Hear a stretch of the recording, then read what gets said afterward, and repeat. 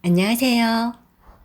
사람과 사람을 연결하는 마음이 따뜻한 상담자 윤영애입니다. 반갑습니다. 오늘은 마고 선더랜드의 분노와 증오에 사로잡힌 아동을 도우려면 두 번째 시간입니다. 포유류에 내에서 분노 반응을 자극하는 상황들은 분노는 포유류가 보이는 반응으로서 이는 유전적으로 타고난 것이다. 이러한 상황에서 스트레스 조절 장치가 적절히 작동하는 아동이라면 비록 당혹감을 느낄지라도 자신의 감정들을 담아낼 수 있다. 그러나 분노에 갇힌 아동은 그렇지 못하다. 그들은 대체로 다음과 같은 상황에서 분노 반응을 보인다. 분노 반응을 자극하는 상황 첫 번째입니다. 기대했던 보상이 주어지지 않을 때. 우리는 인간을 포함한 모든 포유류가 기대했던 보상이 주어지지 않을 때 분노를 느낀다는 것을 알고 있다. 돈만 삼켜버리는 초콜릿 자동 판매기를 생각해보라. 걷어차고 싶은 마음이 왜 안 들겠는가? 무언가 좋은 것을 기대하는 상황에서는 긍정적인 각성과 보상의 화학물질인 도파민이 활성화된다. 그러나 기대했던 즐거움이 주어지지 않을 때 인간과 동물은 상당한 노여움을 느끼게 된다. 그때 도파민은 분비가 중단되거나 다시 뇌로 들어가고 스트레스 물질만이 남게 된다. 이와 같이 과도하게 각성된 화난 아동은 그러한 상황에서 받는 긴장과 스트레스를 감당하지 못하고 그것을 운동 근육을 통해서 분출하고자 한다. 스스로를 진정시킬 수 없는 아동은 초콜릿 기계를 걷어차거나 혹은 더 심한 행동도 할 수 있다. 우리는 대부분 감정을 조절할 수 있기 때문에 실망스럽더라도 대개 몇 마디의 불평을 내뱉는 것으로 그친다. 그러나 분노에 갇힌 아동은 그렇지 않다. 그들에게는 선택의 여지가 없다. 1996년에 영국 축구팀은 유럽 선수권 대회에서 준결승에 올랐다. 영국 응원단원들의 뇌 속에는 도파민이 보상을 기대하며 한껏 분비되었을 것이다. 그런데 영국팀은 지고 말았고 그 결과 런던 거리에는 폭력이 난무했다. 타임즈 신문은 이렇게 보도했다. 폭도들은 자동차에서 운전자들을 끌어내리고 차량을 향해 병을 던졌다. 헬멧을 쓴 경찰관들은 영국 국기로 만든 손수건으로 얼굴을 가린 일부 팬들의 계속된 공격 앞에서 후퇴해야만 했다. 경찰 대변인은 이 난동은 축구와는 아무런 상관이 없다. 오늘 밤 네안데르탈린이 뛰쳐나와 날뛰는 바람에 그를 뒤따라 잡느라 온 힘을 다하고 있다고 말했다. 1996년 타임즈에 실린 이야기입니다. 그러니까 분노하기 쉽고 충동적인 아동은 기대했던 보상이 좌절되면 몹시 짜증을 낸다는 것을 부모와 교사들은 알아둘 필요가 있다고 합니다. 분노 상황을 자극하는 두 번째 이야기입니다. 6세 조니라는 아이의 이야기입니다.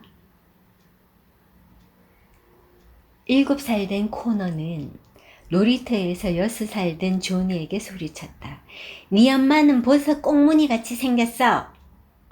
조니는 코너를 때리려고 달려오면서 고함을 치고 작은 아이들과 쓰레기통뿐 아니라 운동장에 있는 물건들을 모조리 넘어뜨리는 등 뭔가에 홀린 듯한 격렬한 행동을 했다.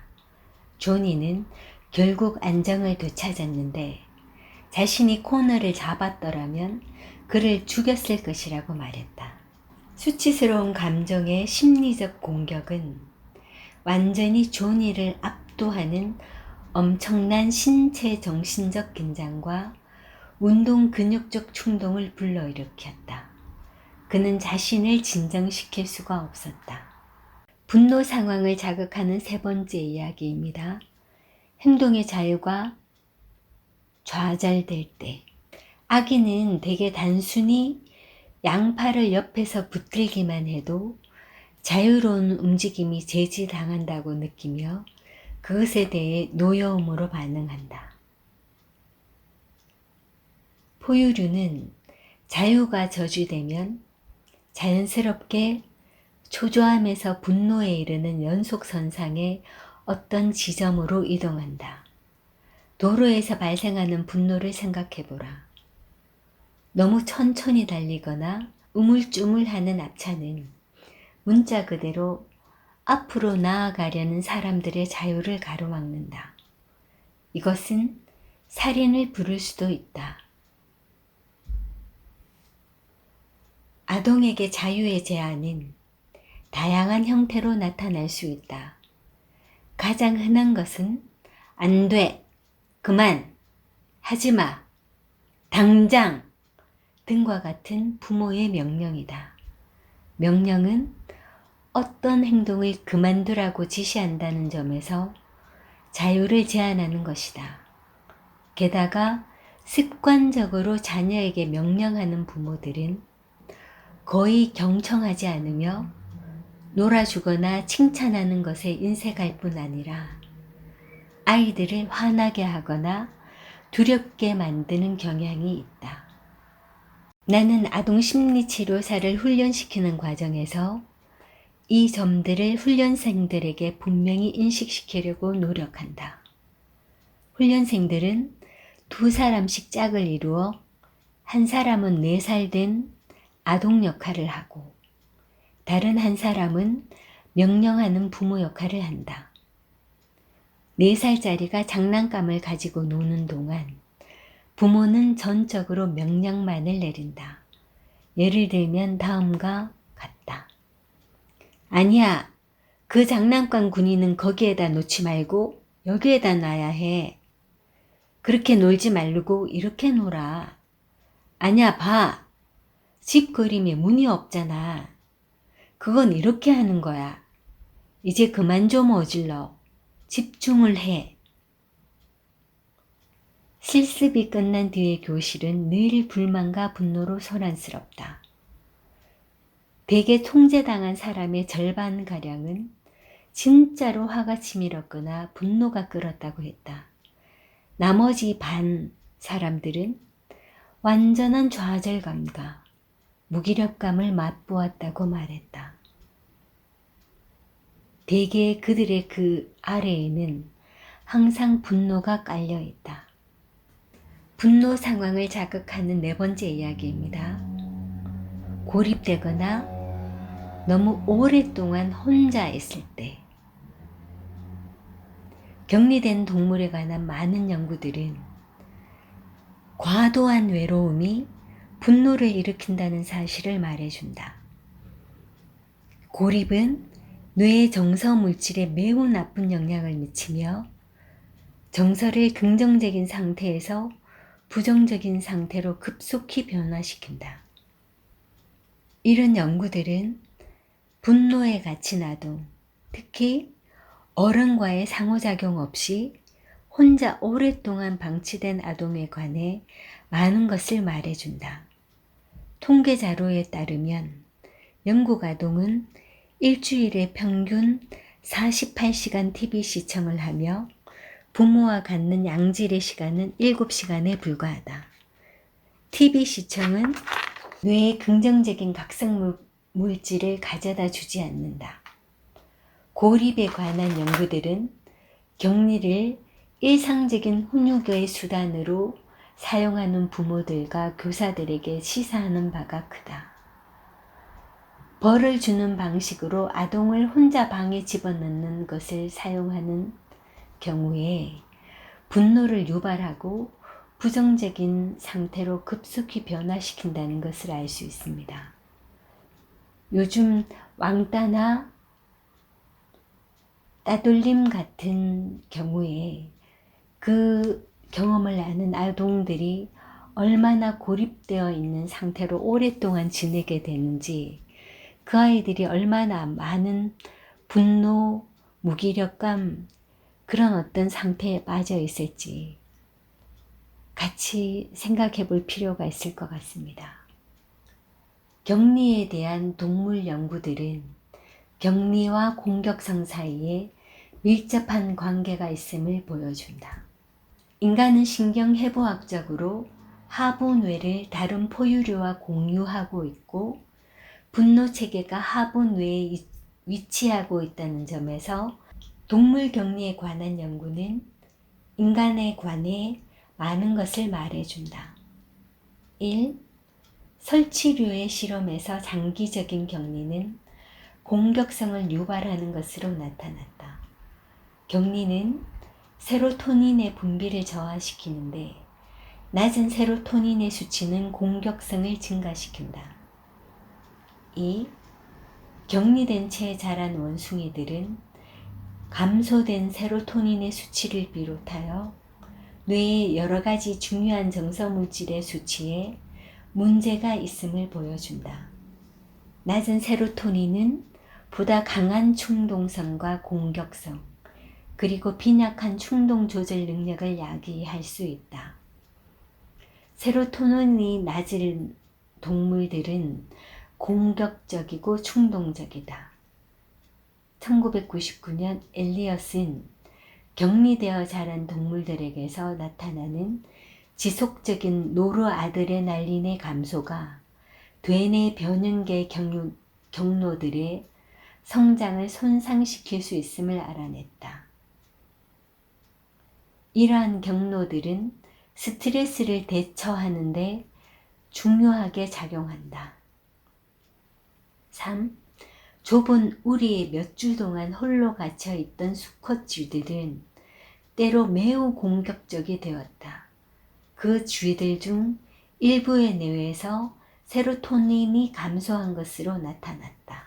분노에 갇힌 아동은 타인에게서 분노를 불러일으키는 경향이 있다. 분노에 갇힌 아동은 주위 사람들로 하여금 정서적이고 신체적인 균형을 상당 정도로 잃게 만들 수 있다. 과도하게 각성되어 있는 아동은 다른 사람에게서 비슷한 각성을 일으키기 때문이다.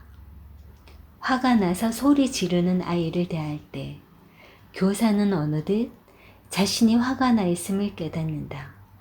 아무리 평정을 잃지 않으려고 노력해도 그는 소리를 지르거나 책상에 펜을 던지면서 분노하는 아동에게 비난과 증오의 눈초리를 보내게 된다.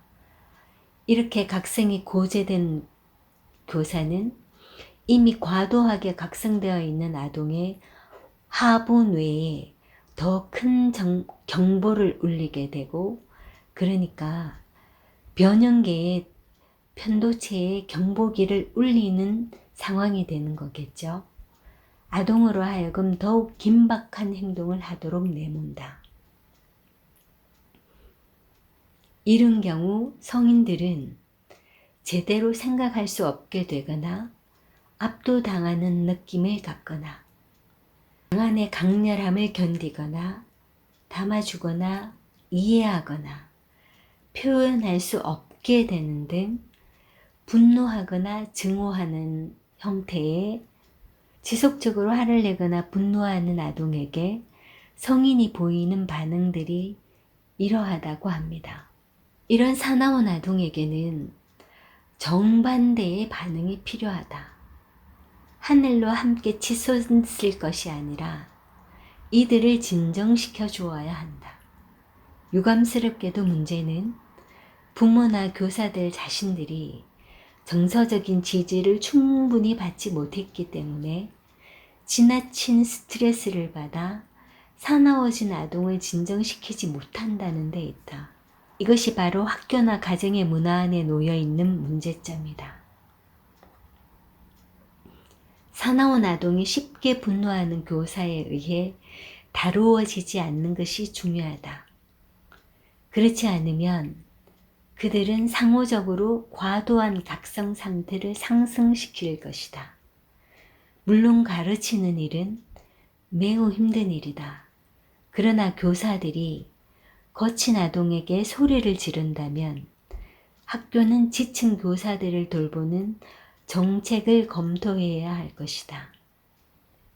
또한 우리는 스트레스를 많이 받은 아기가 부모의 분노 회로를 자극할 수 있다는 비극적인 사실을 알고 있다.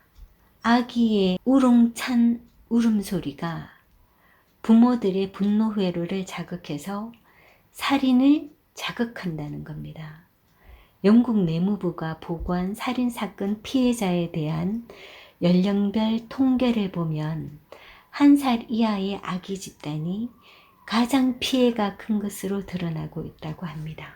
항상 화를 내는 아동은 왜 폭력 영화에 끌리는가? TV는 아마도 세상에서 가장 폭력적일 것이다. TV는 아기 돌보는 사람이 되었고 아이들은 다른 녀석들을 한 방에 날려버리는 것이 문제 해결의 방식이라고 배운다.